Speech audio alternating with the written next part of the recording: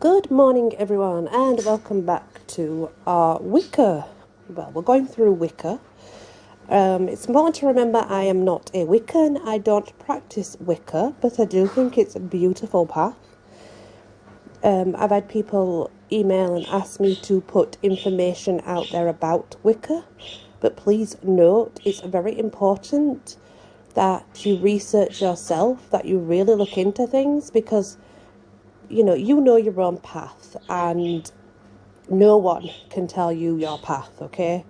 Like I say, I'm not a Wiccan. I don't practice Wicca. I'm just putting information that I've learned, and it's important that you do your own research before making that decision.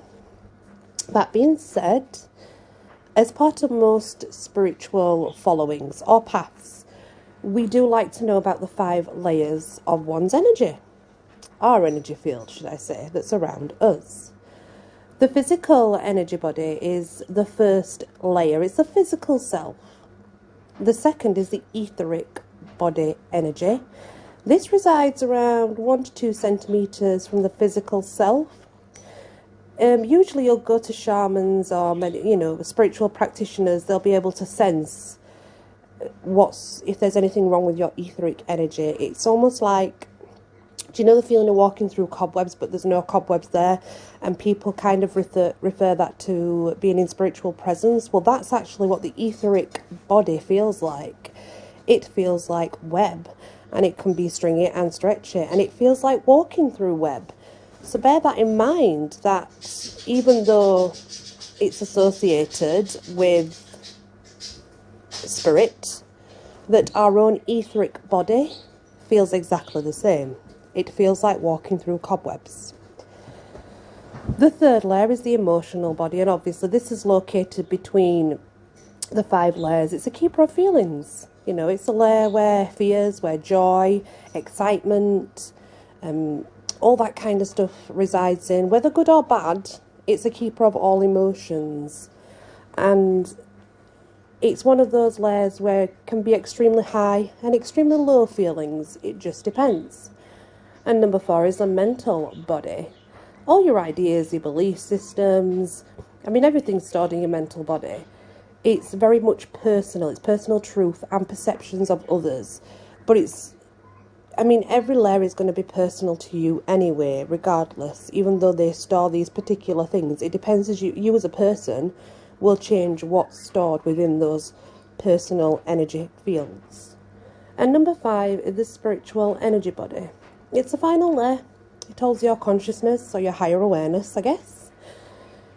You can keep yourself physically nourished, healthy, exercise, etc. However, it's so important to keep the etheric, the emotional, the mental and the spiritual all balanced as well. Understanding and decoding your human energy field can give you extremely powerful insights to better health living, to a better feeling of being happy and content. Striving to understand it will help you understand you so much better. We all know that we can get physical illnesses, health, etc. But usually there is one thing that we seem to have Reiki healers, spiritual healers have picked up on. Before it reaches the physical, it does tend to go through other layers first. And if it's sort of felt in these other layers, and those other layers are worked on, there's a good chance it may not get to your physical. Of course, I am not a doctor, so please do not take that as, do this instead of that. Always seek medical professionals' advice first. Always seek the doctors first.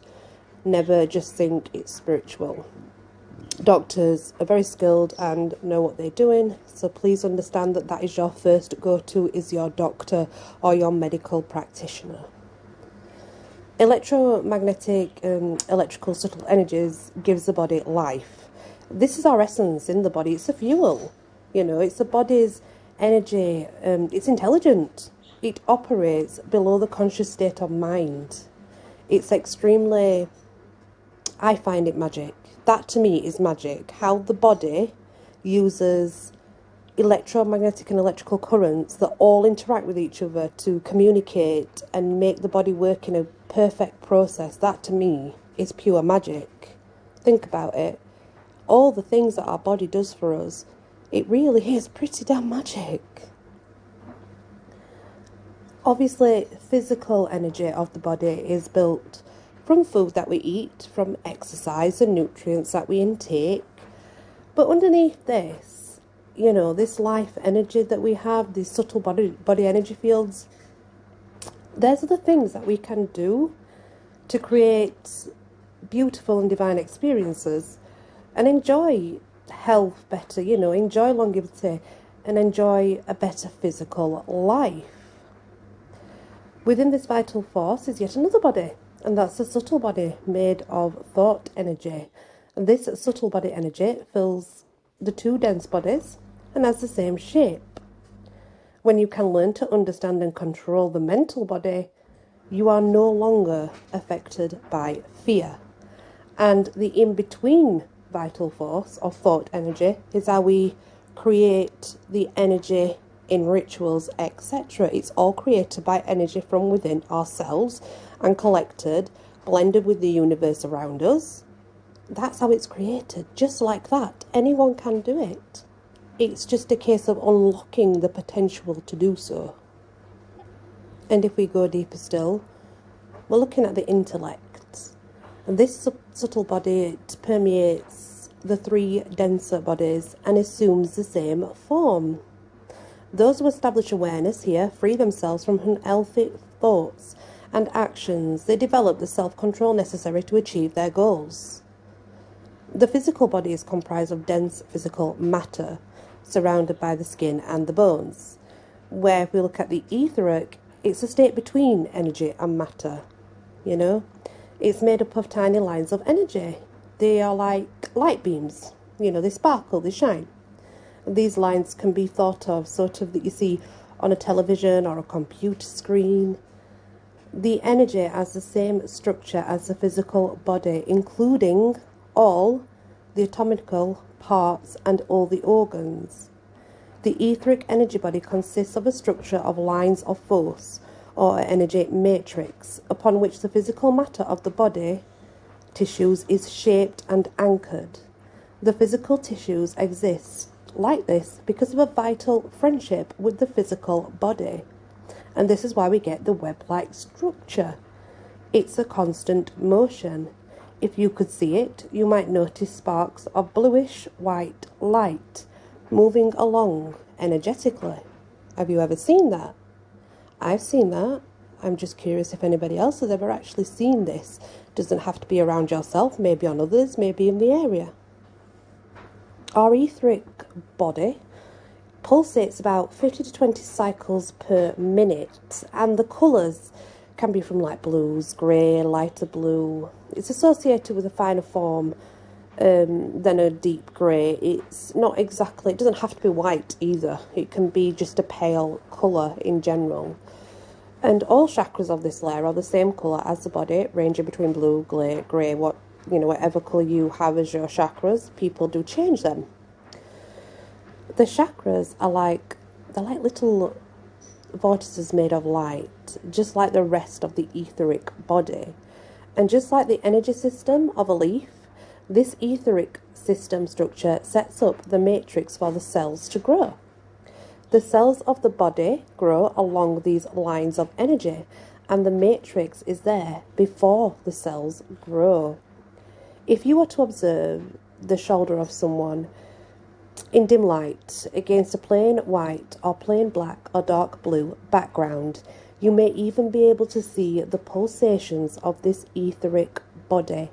The pulsation rises at the shoulder and then makes its way down the arm like a wave. However, as soon as you see it, it will be gone because it moves that fast. And this I've definitely tried and I've definitely seen, and it's very interesting. Like I say, I think our body is magic anyway, because If you think of everything, how it works and how it puts us more as a spiritual, think about it, we're more a spiritual being than we are a physical. We have a physical body and, you know, we can do all physical things, but the way that it actually works from inside to out is actually more physical than it is, more spiritual than it is physical. We just look solid, you know. We can do solid things, but we are definitely more spiritual beings if you look from the inside out. And I find that very, very interesting. The emotional body, the keeper of feelings, or the third layer. This is where you will have extreme highs and extreme lows come from. This subtle energy body extends, it's a few centimetres from the physical body itself. And in some beliefs, there is a belief that the mental body and astral body comes together to create the emotional body. Or it's encased within it. So there's various beliefs where it actually is in, you know, around us. The emotional body surrounds the etheric, which acts as a blueprint for your body. If we look at Carl Jung, obviously this was, he was a psychiatrist, psychologist, I think he was a psychotherapist as well, and founded the, was it the analytical psychology regarding emotional bodies? He was very, I kind of like his work and I get into it quite a lot. It was kind of a bridge between the mind, this is what he stated, is that it was a bridge between the mind and matter. It was a bridge between the mental body, or even the mind, and the physical, and the etheric blueprint. So he believed that the emotional body was in between these, and it either encased it, enclosed it, or worked between them. But I have always found his work quite interesting anyway. The healer and psychic, Barbara Brennan, suggested that the emotional body is associated with the sacral chakra, while Plato referred to the astral body as being associated with the heavens of astrology, obviously. Some equate the emotional body today with different emotional energy centres.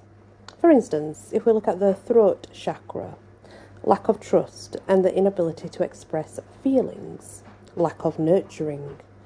The shoulders, the burden area, which sometimes makes us feel like we are carrying the weight of the world on our shoulders, hence where that saying actually comes from.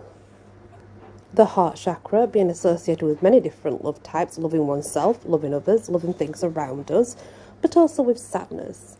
And it's responsible for the repressed feelings, you know, the disappointments and the feeling of emptiness in our heart.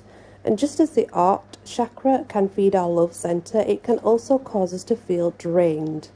Our fear centre, located in our abdomen, may be responsible for the fears, the phobias, any scares that we have, you know, all this fight and flight stuff.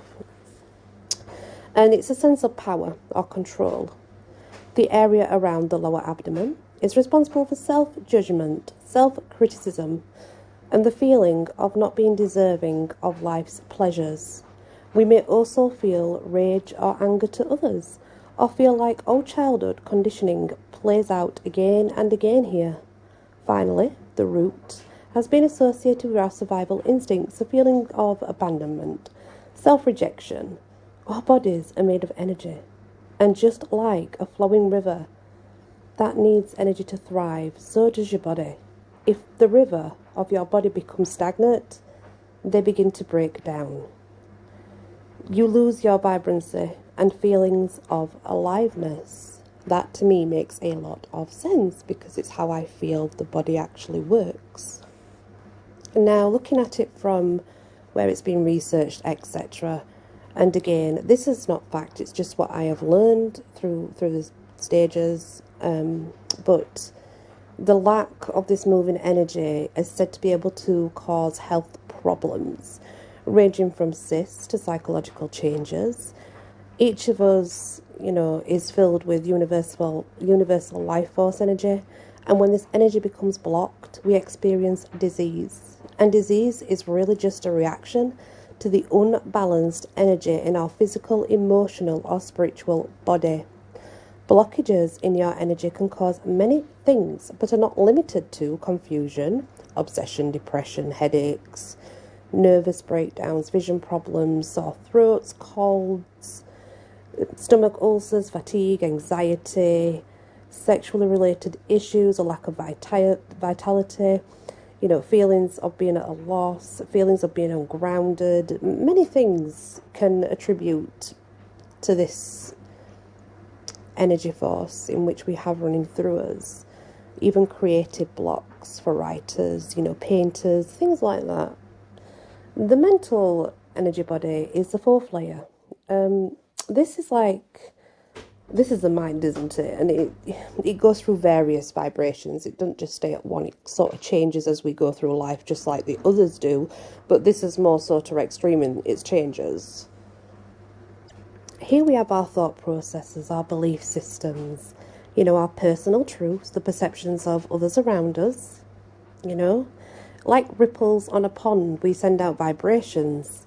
Some psychically and physically gifted people can detect and decode these waves of mental energy. This is known as telepathy. And the reason it is physical and non-physical that they can sense it is because it has to be felt with physically by the body, but it also has to be sensed, on a more spiritual level. So it is actually both. The lower mind, which is concerned with reason and logic, is the mind of our everyday thinking. It's very dependent on orderly functioning things, and also memory and routine. That's where things that we do every day that we are so used to. Memory is associated with the elemental forces, responds to the impulses of thought, eventually becoming something known as a thought form. This is where the thought form comes into ritual play, into spells, etc. Each time a thought is formed and sustained in this way, it is registered and it's like given out on a universal field. It's not just kept within you, it is put out there. The field of light is impressed by these thought forms, and the more frequent the thought, the deeper the enduring, and the deeper the impression will be. It'll be longer, deeper, and it'll have a bigger impression, basically. When you try to remember something and you can't remember it, this is a place where you'll experience the memories as such, and you'll be able to sit and go through it. So when you're sat thinking about something that you can't remember and you suddenly do, there you go. That energy's clicked together and gave you that memory. And I think that's really special, that electromagnetic energy signals are doing all this for us in our body. Because to me, like I say, I think that makes us more spiritual than it does a physical being. But that's just my theory. The lower mind it's only used for a single life. It's not where the memories are. It's more personal to us, because it's about our personality, isn't it? And the way that we act, etc. The spiritual body is the final layer, and it holds your conscious or higher awareness. Each of us has a spiritual energy body. However, many of us forget that we even have it. Without the spiritual body, nothing could even exist, because it all comes from this. The spiritual body might also be known as the soul, a massive network of highly intellectual and intelligent energy. This spiritual body is basically a massive network of highly intelligent energy. It wraps itself around the physical body, and it streams outwards with every other thing in existence. If you could see energy, it would look like a massive highway of strings that were connected to everything in all existence, spirals and colours, things that changed form and interlocked with each other. If you've ever seen anything like that, you are seeing energy. There's no actual form to the spiritual body. It's just a massive, intelligent, loving electrical force.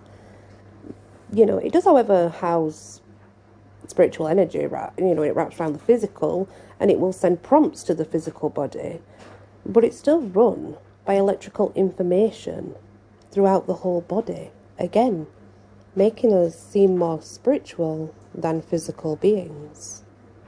It is a belief that the spiritual body is tethered to the physical body at the solar plexus, just under the rib cage. It's a cord. like an umbilical cord. This is also where you might get your so-called gut feelings from, which is what saves you, makes you make the right moves in life, you know. So let's look, there's 5 layers. Aura, energy bodies, whichever you want to call them. Human energy fields are very much needed to be learnt, I think, if you want to understand more of the spiritual aspects of the body. Looking at the shamans and medical practitioners, they can generally see the energy, feel the energy, work with the energy, and definitely improve the energy.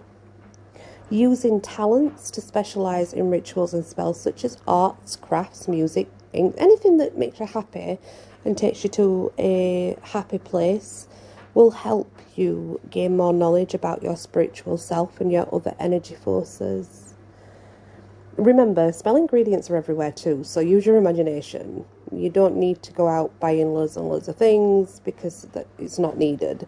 It's always within us. It's always within us. It's, you know, you've got to look within ourselves to find it. Obviously, Wicca does have a rule: harm none, the threefold law of karma. Do as ye will, as long as ye harm none. I'm not a Wiccan. I don't follow Wicca, but that's the way the Wicca is. However, it's impossible, isn't it? How can you not harm none? Do we not eat animals, plants, fruit and veg? They've all got energy. So I'm not sure, you know. I always find that one a little bit iffy, and I always think to make it mean that you can't just go harming people for the sake of harming people, you know. It's wrong, and I don't think anybody in the right mind would do that.